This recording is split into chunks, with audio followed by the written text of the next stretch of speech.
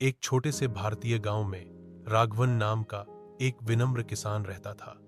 उसके परिवार के पास केवल 1 एकड़ जमीन थी, जो मुश्किल से उनके लिए भोजन उगाने के लिए पर्याप्त थी। हर सुबह सूरज उगने से पहले वह अपने कंधे पर हल लेकर अपने खेत में जाता था। झुलसा देने वाली गर्मी और मूसलाधार बारिश में अथक परिश्रम करता था। वर्षों से जीवन एक संघर्ष था। कर्ज, फसल की विफलता और बाजार में उतार चढ़ाव ने उसकी आत्मा की परीक्षा ली। लेकिन राघवन ने कभी हार नहीं मानी। उसे कड़ी मेहनत, धैर्य और सीखने में विश्वास था। धीरे धीरे उसने आधुनिक तकनीकों को अपनाना शुरू कर दिया। ड्रिप सिंचाई, फसल चक्रण और जैविक खेती। उन्होंने खेती के साथ साथ एक छोटी डेयरी इकाई भी शुरू की, जिससे आय के कई स्रोत सुनिश्चित हुए।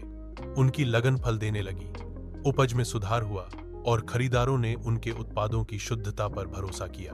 बहुत जल्द उसने मुनाफे को फिर से निवेश करके अपनी जमीन का विस्तार किया और यहां तक कि गांव के दूसरों को बेहतर कीमतों पर अपनी फसल बेचने में मदद करने के लिए एक किसान सहकारी समिति भी स्थापित की।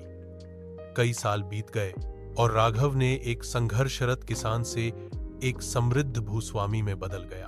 उसका घर, जो कभी एक छोटी सी झोपड़ी थी, एक विशाल घर बन गया। इससे भी महत्वपूर्ण बात यह है कि उसने अपने पूरे गांव से सम्मान, गरिमा और आभार अर्जित किया।